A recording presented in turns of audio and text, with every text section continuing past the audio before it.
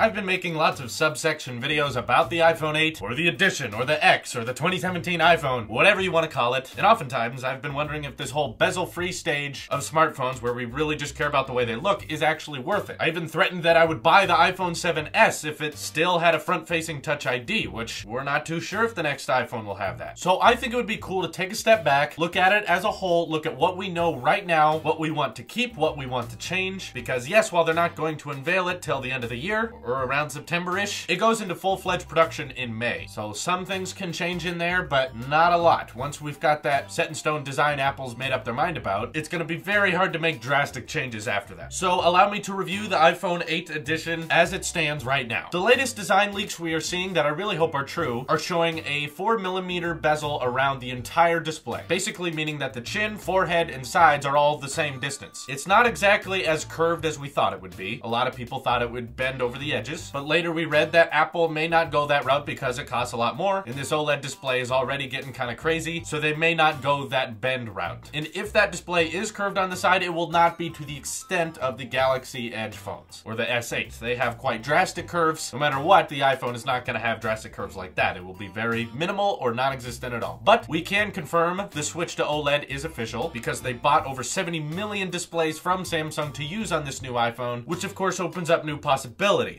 Extended battery life, because OLED can have pixels that are off on the screen. That rumored dark mode might finally come to this iPhone, adding some cool exclusives to people who have that extra money, as well as the rumored 2-cell batteries they're going to be putting in the iPhone 8, meaning perhaps that the battery life on this thing, even though it's going to have a bigger display and it's going to be doing a lot of work, internally with that new processor chip, battery life still might be improved by 2 to 3 hours. Very curious to see. As we're talking about battery, unfortunately, we're pretty sure we're not making the switch to USB-C. That sucks, I agree. However, they are not giving you the standard Lightning port. They are going to be upgrading it. You will get a USB-C to Lightning cable in the box with this next iPhone, and that advantage means that your phone will charge very fast, as in all of these iPhones will ship with fast charging. I'm curious if it'll be faster than the chargers we have now, because I like to plug my iPad wall charger into my iPhone, and that charges incredibly fast. I understand that it's not as fast as charging like a Note 7 or a Google Pixel, but when I tested them, they weren't far behind. You're right, they were slower, but it was pretty close, and I'm curious if the USB-C to Lightning can match what the Android phones have. Bit of news today leaked that they will still include an audio jack to Lightning adapter in this year's iPhones, because I guess they're deciding that, you know, some people didn't get the 7, some people get a 2-year upgrade, so a lot of people right now are still using the 6S. Very capable phone, still very up to date, so when they get their 2-year contract, make their switch to the 8 or the Edition. Once again, a new wave of people will have to adapt to no headphone jack. It's nice that Apple's feeling a little generous there. I feel like if Steve Jobs were around, he would have just been like, no, screw you, you're gonna learn to live without it. But no, they include the adapter, which is nice. Another big question people have are they going to continue shipping Lightning earbuds? I'm not really a fan of them because I think Lightning is very temporary. I want to see our phones switch to USB-C, but Apple's pretty stuck on this Lightning thing. So the thing is, those headphones only work on iOS devices. They do not work on your iMac or your MacBook, your Mac Pro, your Mac Mini. It doesn't complete the ecosystem well. Only works on iPads and iPhones, which is very exclusive, and including those headphones is a temporary fix to, you know, when we nail down wireless, which is the other alternative a lot of people seem to think might happen. What if the iPhone 8 ships with AirPods inside it? Now, first of all, that's going to make your price point incredibly high, if it wasn't high enough already. And while that would be great and I would love it, I'm afraid I don't think that's going to happen. Mainly because we're having such a hard time manufacturing AirPods already. To limit the number of iPhone 8s we sell by the number of AirPods we have ready to ship, it's going to delay them even further than they're already being delayed. It's not likely anyone's going to have that iPhone 8 or Edition in September at this point. I think we'll see it unveiled, but I don't think they're going to be shipping them in September. It's going to be end of the year, and Apple is rushing as fast as they can to get them out before the holidays, because that's the reason they put them off so far. They want to have new tech ready for everyone to buy for Christmas. That's just statistically what's best for them. Now, getting back to the display, there's a bunch of rumored things going on with it, and the latest ones sound almost magical or mythical, and it's very hard to believe, but if it is true, my god, is this going to be incredible. It's rumored that they're going to have a little cut in the OLED display at the top where the earpiece is, so that we still retain our stereo speakers, which is nice, although the display will look a little weird to have that hole in it, but I don't think the display above that earpiece will be like usable. That will just be kind of like display area. Maybe it changes from app to app just to go with the design of the OS, but for the most part, you're just going to see Verizon, your battery life, and the time. You're not really supposed to be tapping things up there. My guess is when you take a screenshot, you're not going to see what's up there. The display area that is usable, that we touch and interact with, is still going to hopefully be 16:9, and then below that display will be the function area, where this is the real real wild card. We're not sure about this. Apple passed patents saying they could build a fingerprint reader into the display. We're pretty sure they figured it out, as in this is possible technology. The issue is they're running into problems with mass producing it, as in, yeah, maybe in your R&D department you figured out how to put your fingerprint on top of a display and have it be read under it. You got that part down, but when it came to mass production, you can only make like one every 6 hours because this is such a complicated phone to manufacture. Apple can't do that. They can't unveil a phone if there's only 50 of them ready, and they'd have to reserve a giant section of Foxconn just to producing these specific iPhones, and they can't make enough of them in the amount of time they have right now. So then we got the very, very terrifying leaks that they might put the fingerprint reader on the back. Luckily, lots of other rumors said, no, no, no, no. That's very unlikely. That was like a last case scenario, and it's very doubtful that Apple would actually go through with that because it's so unintuitive and people would basically just stop using fingerprint readers. It would be a waste. Which brings up another terrifying conclusion that some reports were saying that there might not be a fingerprint reader, period. It's rumored that they're building in an iris scanner similar to the S8 and the Note 7, so you can unlock with your eyes or maybe with 3D face technology, we don't know. There's going to be different methods of logging in, and I would hate it if Apple just decided that was the better way and they removed Touch ID. Touch ID is a key part of Apple Pay. It's the most intuitive way to unlock your phone because you just touch the home button. You don't have to look at the sensors at the top of your device, and even other Android phones still have fingerprint readers. So for Apple to introduce this technology, make it mainstream, and then take it away, I very much doubt that. I'm pretty sure, knowing Apple, that their priority right now is trying to find a more efficient way to manufacture these things in a timely manner. I think that fingerprint reader on the back thing and the removing it entirely idea is just...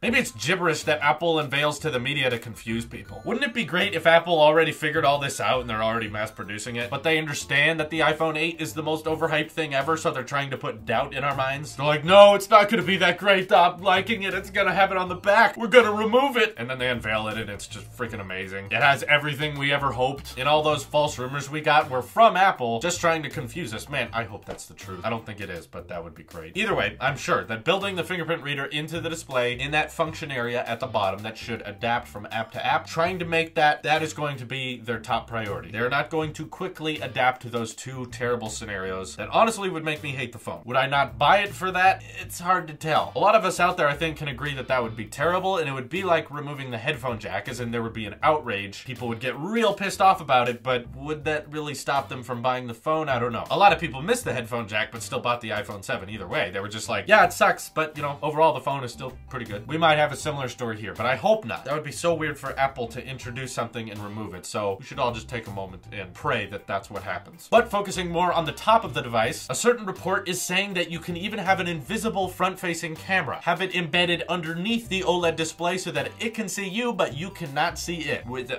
what? I have no clue how that is possible. I've never seen that implemented into a phone, so I don't know why they would get it first, but I really hope that's true. It's kind of doubtful, like the truly wireless charging thing we believed for a while. But a lot of these hypothetical concepts that I'm really in favor of show that they could embed the IR sensor, you know, the front-facing camera, the iris scanner, all those top sensors, they could embed underneath the display so that your forehead finally doesn't have all these dots all over it. It would just be very clean and pure looking. How awesome would that be? Still, we have absolutely no clue if that's true or not, but it's a rumor, and I hope that rumor's true. One thing that's got me thinking is that people have been mentioning that the back of the phone is going to be glass. I'm not the biggest fan of glass backs, but they're saying it will be the same shape and dimensions as the glass on the front, except of course, you know, there's no display. But when your iPhone 8 is laying down on a table, it might actually be kind of hard to tell the difference between it and an iPhone 7, other than, you know, the home button. It'll just look like that single sheet of glass, but it'll still be rounded, it'll still have the aluminum around the edges, and even though this is such a drastic change for the iPhone, looks-wise, from a distance, it might not look that terribly different until you turn it on. Of course, then everything changes. Or you turn it around and notice that the glass with that rounded edges that we see on the front has also been put on the back, which I find kind of interesting. It's almost like they're replicating and making an iPhone-ish version of the Apple Watch. People are even saying that that bumper around the edges won't be aluminum, it will be stainless steel to be more premium, more durable, and have a very fine finish look, kind of like our more expensive Apple Watches. So when you think about it, the Apple Watch has one single bezel at the same dimension all around its edges. Perhaps this next iPhone will be the same way and also have that stainless steel bumper around the whole thing, as well as glass on the back so it can support wireless charging like the Apple Watch does. And the iPhone iPhone 8 makes a switch to OLED, which the Apple Watch has an OLED display. So the Apple Watch, I know everyone doesn't agree that it's the coolest thing ever. They sure are using a lot of iPhone ideas that they started with the wrist. I like the idea of my watch and phone being more similar. The dual camera on the back is now going to be up and down, I guess just to show that it's different. Just want to mix it up a little bit. I don't know what that's supposed to help with, but I think they're embedding the flash in between the two lenses so that we don't have, you know, 3 different points of holes to drill in. We just have one big hole that has everything in. It's just a more clean look. I'm afraid there still will be a camera bulge. Yeah, I'm not quite sure they're going to get rid of it this time. But the lovely thing about all of this is that we're fairly certain they're going to incorporate IP68 water resistance. As in, you don't have to worry about dropping it in the pool, though you shouldn't do that because it'll sink and it could crack when it hits the bottom. But basically, this means you could take it with you in the shower, even though you're not supposed to, but I mean, you'll have nothing to worry about. And you probably have nothing to worry about with the iPhone 7 right now. It's just your warranty won't be covered for water damage because it's IP67. With this one, they're going to make that extra step so it is just as water resistant as the Galaxy competition. Another very strange wild card is that the on and off button looks a lot bigger in these leaked schematics that I don't understand why. It's like way bigger than the volume buttons, and I'm not sure what's going on there. There may be some more functionality to that button than we remember, so I don't understand that. But if I'm looking at this phone as a whole and thinking about all the new features we're going to see in the brand new design refresh, I can say that even if Touch ID was on the back or